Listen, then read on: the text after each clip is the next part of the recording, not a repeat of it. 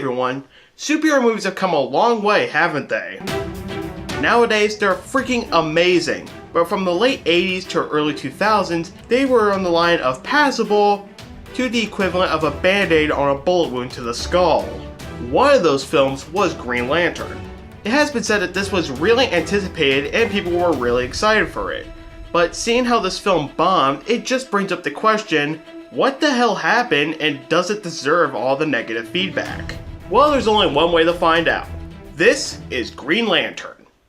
We're introduced to Hal Jordan, played by Ryan Reynolds. To be fair, he was in another bad comic book movie before, as we learned that he's a test pilot as well as a dealer with movie cliche number 63, someone who is cocky and goes over the line. In this case, when he was helping test out a new line of jets, by just flying higher in the air.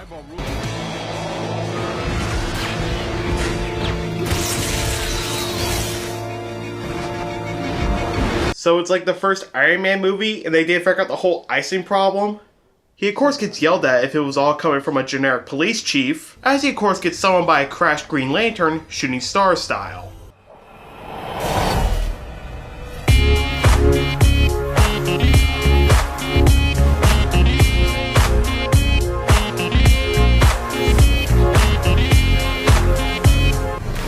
The Lantern tells him that he is summoned to be a Lantern, as Hal is teleported to his home planet, not Asgard, where he's in his Green Lantern outfit, and good lord, this looks bad. Okay, it's not terrible, but it just looks like it's not fully rendered, especially the mask. It feels like I'm about to play a somewhat decent version of the video game. There, sure glad I don't look stupid in this.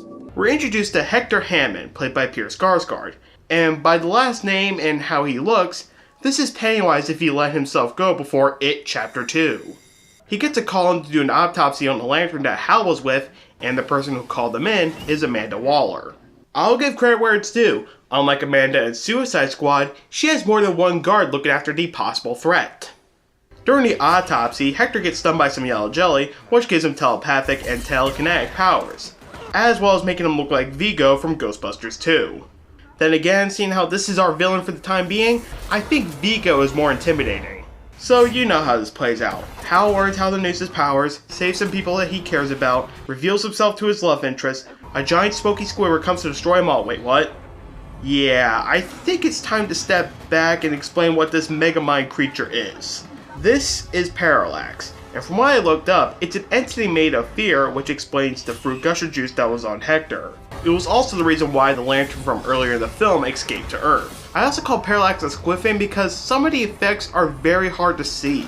Mostly because the film's just a black screen with a few pools of light. With this way on how the movie does its lighting, it makes the effects and the actors to have very heavy shadows and hard to figure out what certain things are.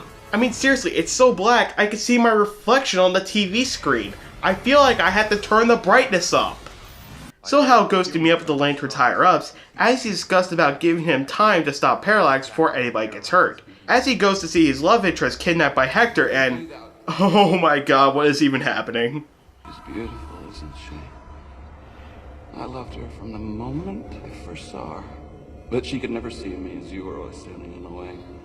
But not anymore. Bring me Solo and the Wookiee! He deals with Jabba the Lane as he then fights Parallax in space by throwing him into the sun, where a few more Green Lanterns come to congratulate him.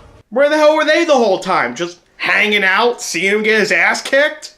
So the Lanterns congratulate Hal on his good deed, he kisses his love interest, as we get a mid-credits scene where Sinestro gets a Yellow Lantern ring for a sequel that never happened.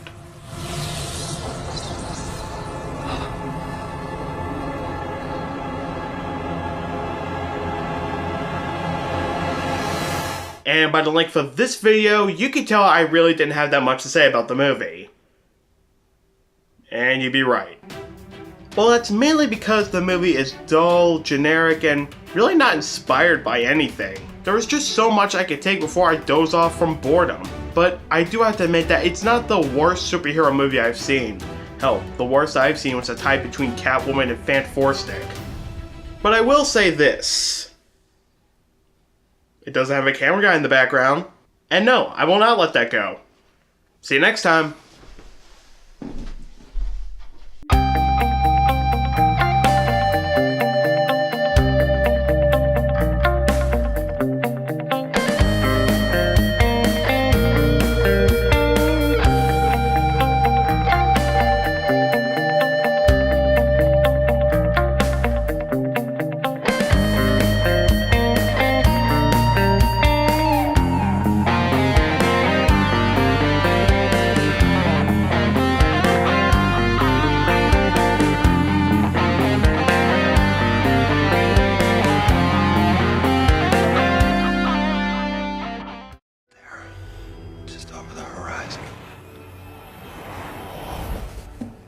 Well, suddenly I have a refreshing mint flavor.